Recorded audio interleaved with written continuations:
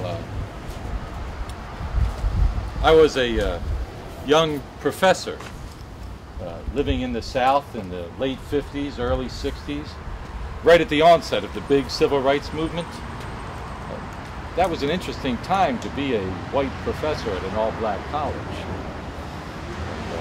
And I learned so much, well, and because, for one thing, I began to look at history from a black point of view.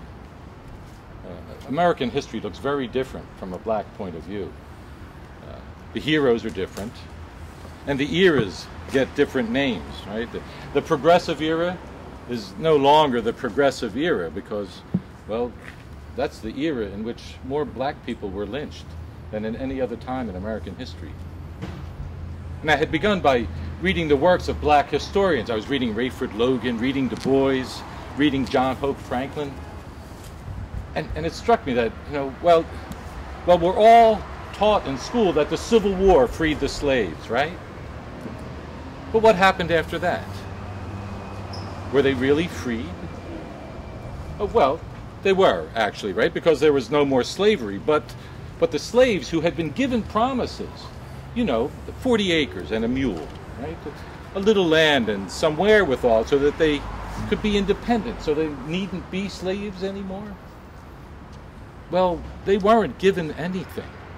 They were left completely without resources, and the result was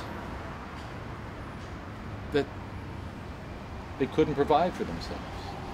They were still in the thrall, still under the control of the plantation owner. They were freed, but they weren't free. Freed, but not free. Yes, they weren't slaves now.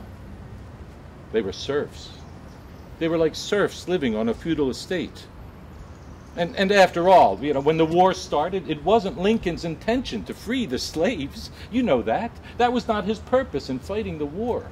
His purpose in fighting the war was to keep the southern territories within the grasp of the central government, to save the Union. The Emancipation Proclamation, it didn't free a single slave. So I learned a lot by reading black history. But the other thing was what I learned by being in the movement, by being a participant and a writer in the movement. It taught me something very important about democracy. You see, our institutions, right? The Constitution, the checks and balances, voting, that's not democracy. I mean, those things all failed to produce equality for black people. In fact, every president of the United States for 100 years violated his oath of office by failing to enforce the 14th and 15th Amendments of our Constitution. But democracy, real democracy, finally came alive when black people took to the streets. They demonstrated. They sat in. They got arrested by the tens of thousands. They created a commotion that was heard around the world. That was a powerful insight for me. That real democracy comes alive not when governments do something, because governments cannot be counted on to rectify serious injustices. Real democracy, real freedom comes alive when people organize and take to the streets and decide to do something about it.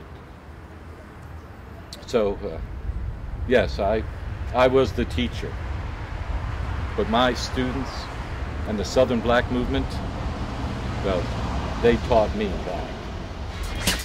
Power to the people.